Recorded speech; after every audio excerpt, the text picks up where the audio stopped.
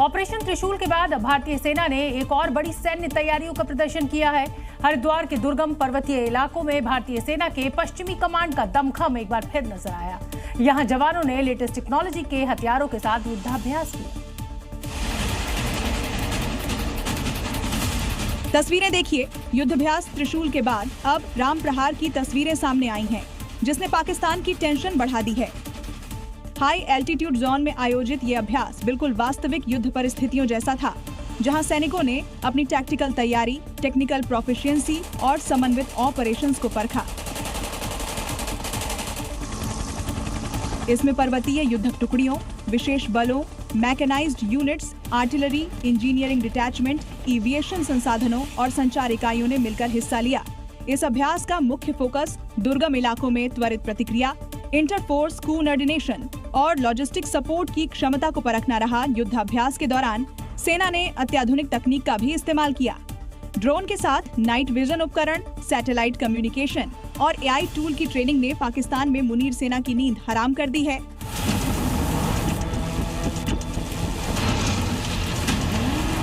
पाकिस्तान की आर्मी पर बलूचिस्तान और खैबर पख्तूनख्वा में मानवाधिकारों के उल्लंघन और खतरनाक हथियारों के इस्तेमाल के आरोप लगातार लगते रहे हैं।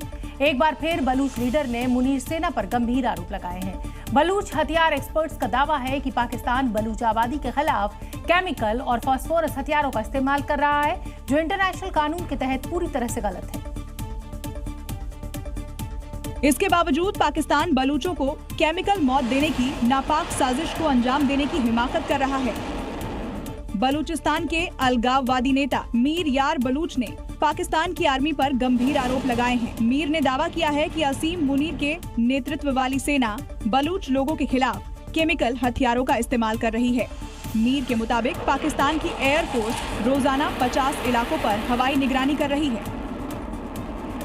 इसमें कलात, खुजदार, मंगचर, बोलन, कोहलू, कहान, चगाई, पंजगुर और नोशकी शामिल हैं। ड्रोन हमलों की भी जानकारी मिली है। पाक आर्मी के हवाई हमलों से कई इलाकों में आग लग गई। चट्टानों और मलबे पर केमिकल कणों में बदली हुई अजीब चीजें पाई गईं। इससे पता चला कि मुनीर आर्मी ने खतरनाक हथियार इस्तेमाल किए हैं।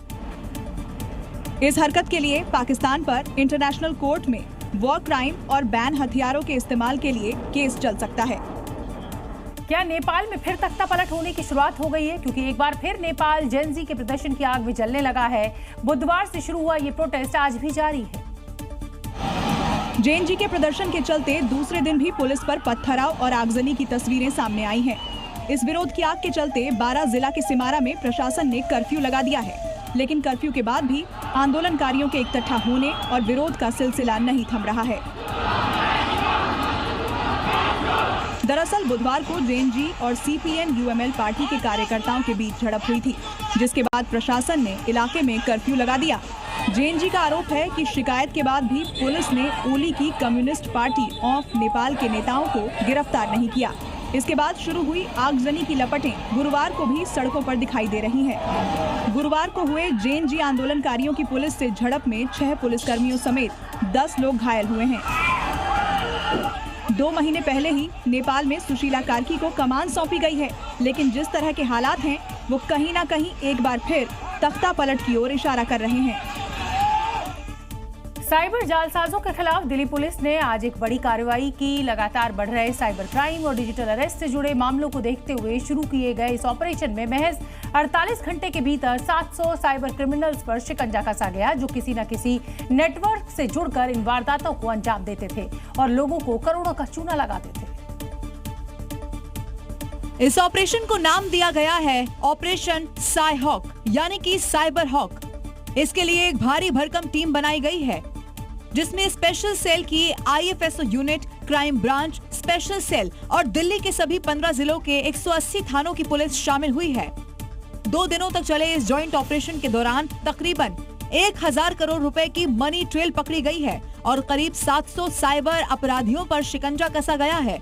इस दौरान साइबर क्राइम से जुड़ी शिकायतों पर तुरंत एफआईआर भी दर्ज की गई है और साइबर क्राइम में इस्तेमाल म्यूल बैंक खाते, mule mobile SIM card, ATM, जाली चेक पर फोकस किया गया है।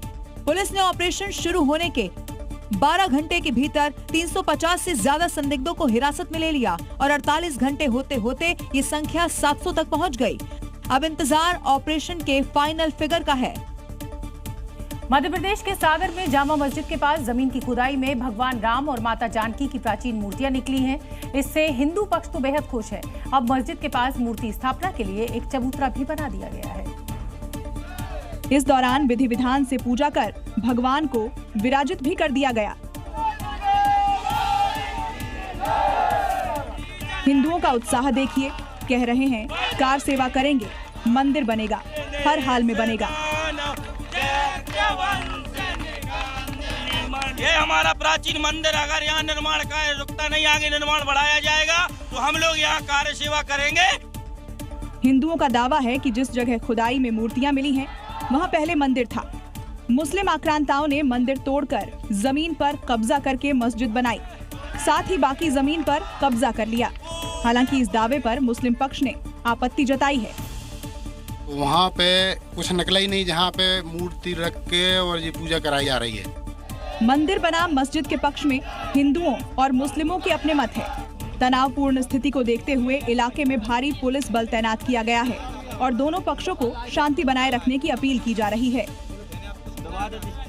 उत्तर प्रदेश में संभल में बड़े पैमाने पर सरकारी जमीन पर अवैध कब्जा करने की बात सामने आई थी। यहां के एक मुस्लिम बहुल गांव हसनपुर में तो 90 बीघा सरकारी जमीन पर लोगों ने कब्जा कर लिया है और इसके बाद मुख्यमंत्री योगी आदित्यनाथ के निर्देश पर सरकारी अधिकारियों ने यहां एक्शन शुरू किया।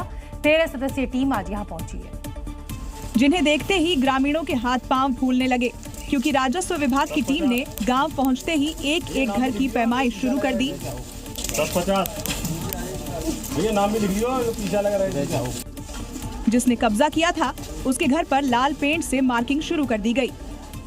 दरअसल गांव में 90 बीघा सरकारी जमीन पर ग्रामीणों ने कब्जा कर लिया है। किसी ने घर बनाए तो किसी ने खेत, जिसकी शिकायत सीएम योगी को जनता दर्शन कार्यक्रम के दौरान मिली थी और अब सीएम के निर्देश पर इस गांव में प्रशासन का एक्शन शुरू हो गया है। कईयों ने विरोध भी किया और हो हंगामा भी। तो नहीं, जो प्रभावित होते हैं कुछ लोग होते हैं, लेकिन हमारा काम है सीमांकन करना, कब्जा मुक्त कराना। उसके लिए हम उसके लिए तैयार हैं। क्योंकि निर्देश सीएम योगी का है और साथ में योगी की फोर्स है, तो काम तो रुकने वाला है नहीं। ये नाम भी लिख लियो, पीछा लगा रहा है। उत्तर प्रदेश पुलिस ने आजमगढ़ में 25,000 के इनामी गैंगस्टर को लंगड़ा कर दिया। प्रदेश में अपराधियों और बदमाशों के खिलाफ पुलिस का ऑपरेशन लंगड़ा लगातार जारी है और पिछले 12 घंटे में अलग अलग जगहों पर एनकाउंटर उसी का उदाहरण है।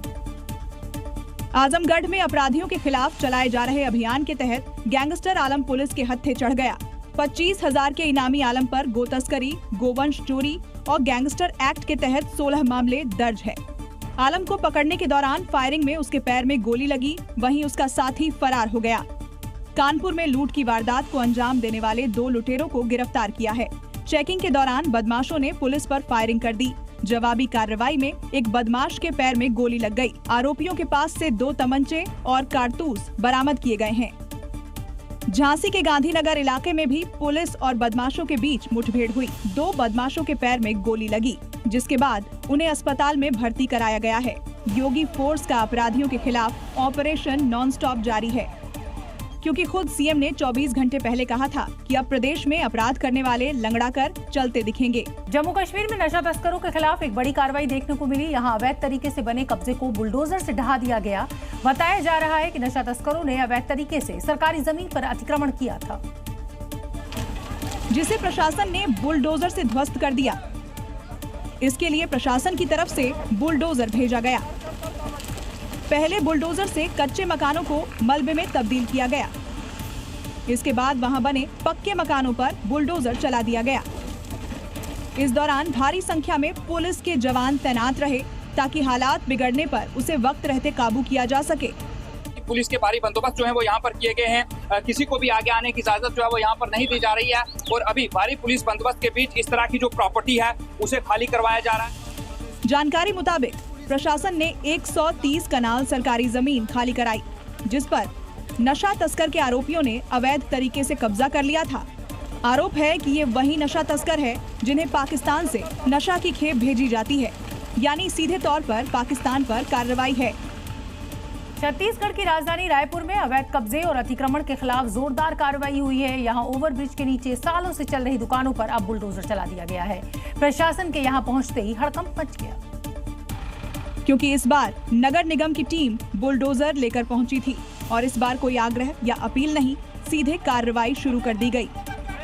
एक एक करके दुकानें ढाई जाने लगी। टीन से बनी दुकानों को जब्त किया जाने लगा, जो यहां पिछले कई सालों से अवैध तरीके से संचालित हो रही थी। इससे पहले कई बार मौखिक तौर पर चेतावनी दी गई थी, लेकिन दुकानदार नहीं माने, जिसके बाद बुलडोजर एक्शन शुरू कर दिया गया। कब से आप लोग दुकानें संचालित? भैया 4 साल से मेरी दुकान है यहाँ पे, 4 साल से है, 4 साल से कोई कुछ प्रॉब्लम नहीं हुआ। दुकानदारों का आरोप है उन्हें अपनी दुकानें खाली करने का वक्त तक नहीं दिया गया। गौरतलब है कि इन दुकानों की वजह से ओवरब्रिज के नीचे हमेशा जाम लग जाता था।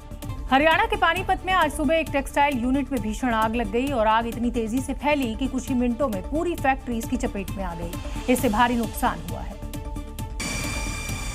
जिसके बाद फायर ब्रिगेड की 6 गाड़ियां मौके पर पहुंची और घंटों आग बुझाने के लिए मशक्कत करती रहीं। तस्वीरें पानीपत के इसराना क्षेत्र के बलाना गांव से सामने आई हैं, जहां CRG कोटेक्स प्राइवेट लिमिटेड नाम की टेक्सटाइल यूनिट में सुबह अचानक आग भड़क उठी। आग ने कुछ ही देर में फैक्ट्री में रखे कच्चे माल और तैयार प्रोडक्ट को अपनी चपेट में ले लिया। फैक्ट्री में मौजूद मजदूर और वर्कर जान बचाने के लिए तुरंत बाहर भागे और फायर विभाग को फैक्ट्री में आग लगने की सूचना दी गई। घंटों की मशक्कत के बाद आग पर तो काबू पा लिया गया, लेकिन तब तक भारी नुकसान हो चुका था। फैक्ट्री में रखा लाखों का माल जलकर स्वाहा हो गया और बिल्डिंग को भी भारी नुकसान पहुंचा है। गनीमत रही कि इस घटना में सभी लोग सुरक्षित बच गए। हालांकि आग किन कारणों से लगी, इसकी अभी जांच चल रही है। उत्तर प्रदेश के आगरा के रहने वाला एक परिवार अफ्रीका के कैमरून में फंस गया। पीड़ित परिवार ने सोशल मीडिया पर वीडियो जारी कर प्रधानमंत्री नरेंद्र मोदी से मदद मांगी और खुद को बचाने की गुहार भी लगाई। धीरज जैन टूर ट्रैवल्स कंपनी में काम करते हैं। उनका वीजा और कॉन्ट्रैक्ट खत्म हो चुका है, लेकिन उसकी कंपनी ने झूठे आरोप लगाकर पासपोर्ट जब्त कर लिया है, जिससे पूरा परिवार मुश्किल में फंस गया है। मैं धीरज जैन, मैंने कोई गबन नहीं किया। मेरे पास अभी इतना भी पैसा नहीं है कि हम लोग यहाँ पर अच्छे से सर्वाइव कर सकें। धीरज की पत्नी ने बताया कि अब बेटी को दूध पिलाने तक के पैसे उनके पास नहीं बचे हैं। हमारे साथ 1 साल की बच्ची है जिसका दूध फॉर्मूला मिल्क लेती है, तो हमारे पास इतना भी पैसा नहीं है कि हम उसके लिए दूध, या घर में गैस खाली है तो उसके लिए पैसे हम लोग गैस वगैरह भरवा सके। धीरज का कहना है कि एक घटना के दौरान उनके पास मौजूद कंपनी के रुपए रास्ते में लूट लिए गए थे, जिसकी रिपोर्ट उन्होंने स्थानीय पुलिस स्टेशन में दर्ज कराई थी। लूटी गई रकम इंश्योरेंस कंपनी नहीं दे रही है। इसके बाद कंपनी ने लूट का पूरा आरोप उन्हीं पर लगा दिया और उनका पासपोर्ट भी रख लिया। अब परिवार मोदी सरकार से उन्हें भारत वापस लाने की भावुक अपील की है।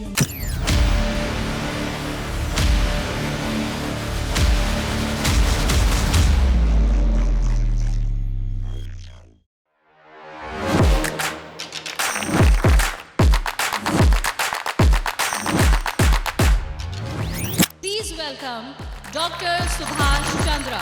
And habit can be micro, macro. 66 times if you repeat the same thing, it becomes your habit.